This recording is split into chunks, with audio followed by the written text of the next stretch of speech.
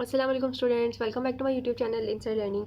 आज हम बात करने वाले हैं फ्यूचर इंडेफिनिट टेंस पे। तो विदाउट वेस्टिंग एनी टाइम अपनी वीडियो की तरफ चलते हैं। आज हम देखेंगे कि फ्यूचर इंडेफिनिट टेंस के सिंपल या पॉजिटिव टेंसेस को हम किस तरह से उर्दू से इंग्लिश में कन्वर्ट करते हैं। फिर हम देखेंगे कि नेगेटिव टेंसेस की पहचान क्या है और उनकी इंग्लिश हम किस तरह से करते हैं। फिर हम इंटरोगेटिव की देखेंगे। इसका मतलब फ्यूचर इंडेफिनिट टेंस को आज हम कंप्लीट इस वीडियो में कवर कर लेंगे। तो सबसे पहले चलते हैं अपनी फर्स्ट स्टेप की तरफ, जो है कि आप आइडेंटिफिकेशन किस तरह करते हैं कि जब भी आपको कोई उर्दू जुमला दिया हो आपको कैसे पता चलेगा कि ये फ्यूचर इंडेफिनिट टेंस से ही बिलोंग करता है। जब भी किसी जुमले के एंड पे आपको आऊँगा, आएंगे, आएगी, आएगा वगैरह दिया हो, मतलब फ्यूचर में बात हो रही हो कि प्रिडिक्शन हो रही हो ऐसा होगा, ठीक है, तो उसके अंदर आपका क्या कौन से टेंस की निशानी है? ये फ्यूचर इंडेफिनिट। जब भी उर्दू जुमलों के एंड पे आऊँगा, आएंगे, आएगी, ये सब कुछ आए तो वो कौन से जुमले हैं? उर्दू, वो जुमले फ्यूचर इंडेफिनिट टेंस के उर्दू के जुमले हैं। अब इस सेकंड चीज़ जो इसमें देखने वाली होती है वो ये कि हेल्पिंग वर्ब कौन से यूज़ होंगे। Helping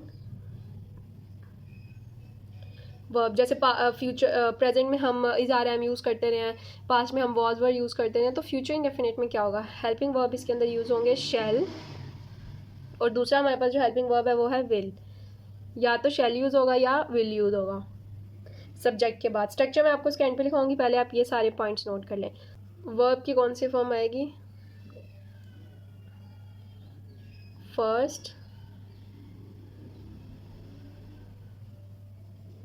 form of verb. Verb की कौन सी फॉर्म आएगी? फर्स्ट।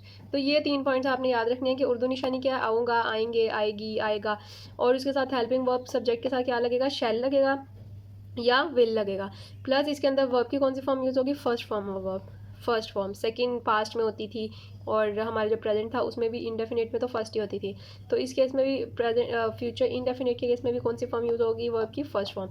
अब पॉइंट यहाँ पे यह है कि शैल किसके साथ लगेगा और विल किसके साथ लगेगा। हमने ये बात याद रखनी है कि अगर हमारे पास होगा, यहाँ पे अगर मैं इसके साथ ही लिख लूँ वी या आई उर्दू जुमले में, मैं किताब पढ़ूंगा, तो आई आएगा ना, आई के साथ और वी के साथ क्या लगेगा? शैल। लेकिन अगर हमारे पास इसके अलावा कुछ भी हो, उस बाकी सबके साथ क्या लगेगा? विल।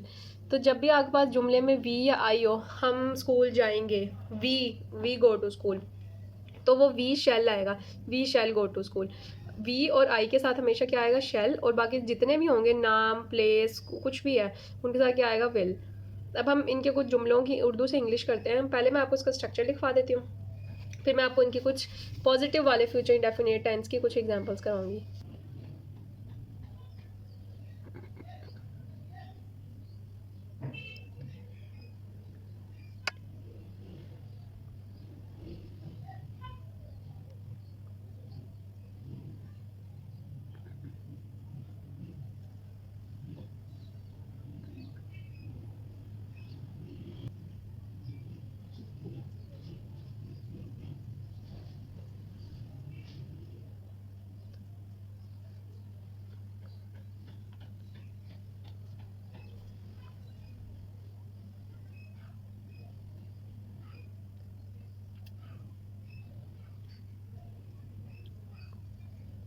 देख सकते हैं कि मैंने किस तरह से उसको अरेंज करके लिखा है पूरा स्ट्रक्चर।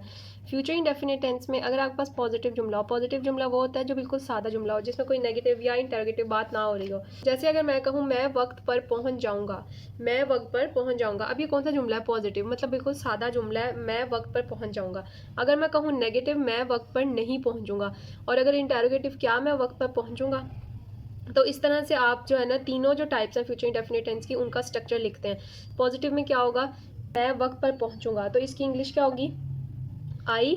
सब्जेक्ट क्या है इसमें? आई। और आई के साथ आपको पता है आई और वी के साथ हमेशा शैल आता है, बाकी सबके साथ विल आएगा। तो क्योंकि आई है तो आई शैल रीच, पहुंचना, वर्ब की फर्स्ट फॉर्म, इन टाइम, वक्त पर, I shall reach in time. अब नेगेटिव क्या होगा? मैं वक्त पर नहीं पहुंचूंगा, I shall not reach on time, मैं वक्त पर नहीं पहुंचूंगा। क्या मैं वक्त पर पहुंचूंगा? विल अब शुरू में विल आएगा, शैल आएगा? शैल आएगा क्योंकि आई है। शैल आई रीच इन टाइम, क्या मैं वक्त पर पहुंचूंगा। तो ज़रा से आगे पीछे स्ट्रक्चर चेंज करने से आपका पूरा पॉजिटिव, नेगेटिव और इंटरोगेटिव में वो चेंज हो जाता है। तो ये बहुत सिंपल था, ज़रा से माइनर से डिफरेंस थे, तो इसलिए मैंने इन तीनों के स्ट्रक्चर साथ ही लिख दिए। अब एक एक करके मैं इनके एग्जाम्पल डिस्कस करती हूँ।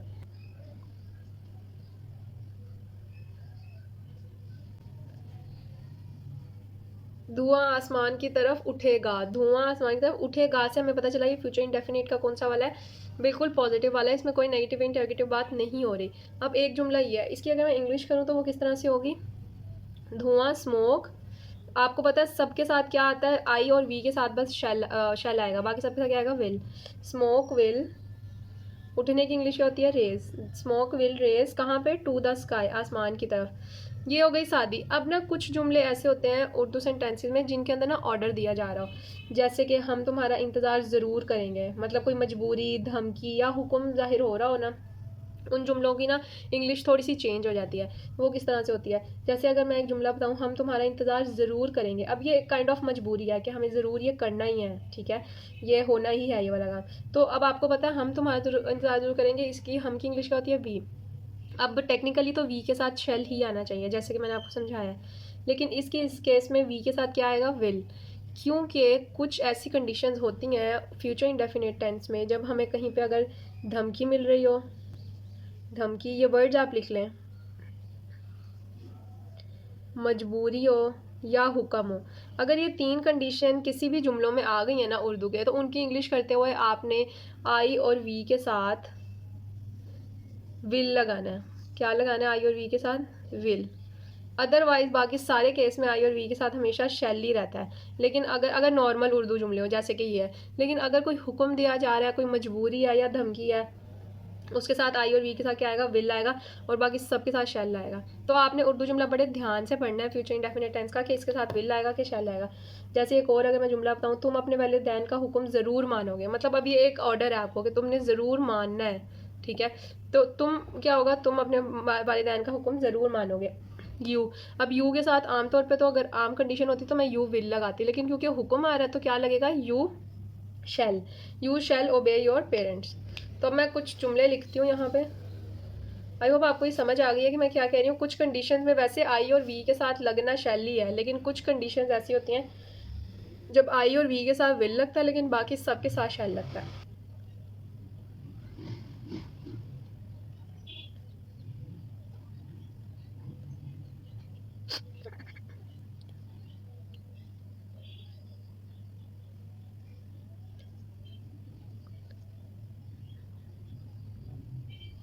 मेरे चचा मुझे एक तोहफा भेजेंगे, हम तुम्हारा इंतज़ार ज़रूर करेंगे। अब ये एक जेनेरिक बात है कि मेरे चचा एक तोहफा ज़रूर मतलब भेजेंगे।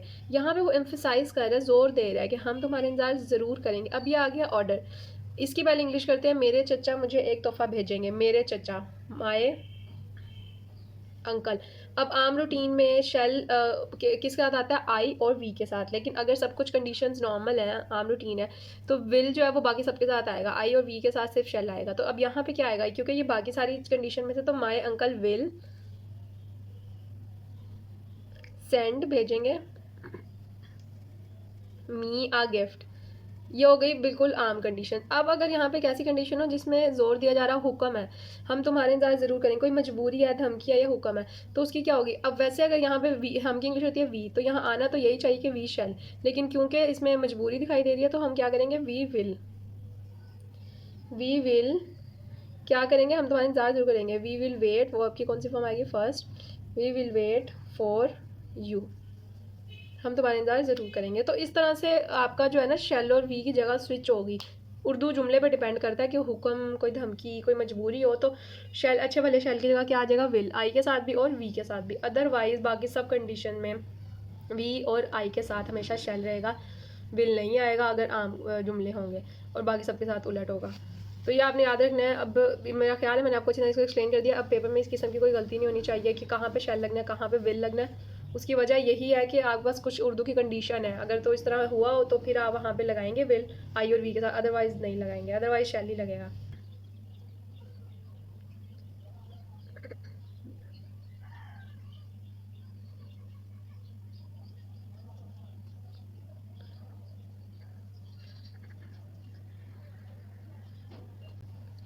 आज बारिश नहीं होगी, वो मेरी चुगली नहीं करेगा, हम खतरा मोल नहीं लेंगे। अब वन बाय वन हम इनको उर्दू से इंग्लिश में कन्वर्ट करते हैं। आज बारिश नहीं होगी, इसमें कोई ऑर्डर, कोई धमकी, कोई हुक्म कुछ भी नहीं है, जेनेरिक बात है। तो ये क्या हो जाएगा? बारिश नहीं होगी। इट, आई और वी नहीं है इस जुमले में, ना हम है ना मैं हूँ, तो यहाँ इट के साथ क्या आएगा? इट विल नॉट क्या नहीं होगा? बारिश। It will not rain today. कितना सिंपल था। वो मेरी चुगली नहीं करेगा। अब यहाँ पे कोई ऑर्डर नहीं है, ना हुक्म है, ना कोई धमकी है, ये भी जेनेरिक सी बात है। फ्यूचर इंडेफिनिट टेंस का नेगेटिव टेंस है, बिल्कुल सादा। वो मेरी चुगली नहीं करेगा। गा है तो इसका मतलब यहाँ पे ही है, शी की बात नहीं हो रही। ही के साथ क्या आ जाएगा? आपको पता है आम कंडीशन हो तो उसमें सिर्फ आई और वी के साथ ही शैल आता है। इसके बाद भी क्या आएगा फिर? विल। He will not. चुगली करने की इंग्लिश होती है बैक बाइट। पहली फॉर्म ही आएगी backbite me. He will not backbite me. हम खतरा मोल नहीं लेंगे। अब ये सादी बात है, ठीक है, ये भी नेगेटिव सादा जुमला है, इसमें भी कोई हुक्म, कोई धमकी, कोई ऑर्डर नहीं है। तो आम कंडीशन में हम की इंग्लिश क्या होती है? वी। और वी के साथ आम कंडीशन में जबकि आपको कोई स्पेसिफिक ना मतलब कंडीशन ना दी हो, धमकी वगैरह, तो आप क्या लगाएंगे? वी के साथ शैल। वी और आई के साथ शैल आता है, बाकी सबके साथ विल आता है। We shall not. क्या नहीं करेंगे? हम खतरा मोल नहीं लेंगे। We shall not take first form risk, खतरा लेना। We shall not take risk, हम खतरा मोल नहीं लेंगे। तो ये कितनी सिंपल एग्जांपल्स थी कि आपने किस तरह से, अगर आपको नॉर्मल फ्यूचर इंडेफिनिट टेंस के नेगेटिव उर्दू दी हो तो आपने उन्हें इंग्लिश में कैसे कन्वर्ट करना है। स्ट्रक्चर मैं आपको ऑलरेडी बता चुकी हूँ कि पहले सब्जेक्ट आता है, फिर विल या शैल जो भी लगना है, उसके बाद नॉट आएगा, उसके बाद वर्ब की फर्स्ट फॉर्म आएगी और उसके बाद आपका ऑब्जेक्ट आएगा एंड पे। तो बिल्कुल सिंपल इसका ऑर्डर है और आई होप कि आपको एग्जाम्पल अच्छी तरह समझ आ गई हैं। नेक्स्ट अब हम बात कर लेते हैं इंटेरोगेटिव टेंसेस की।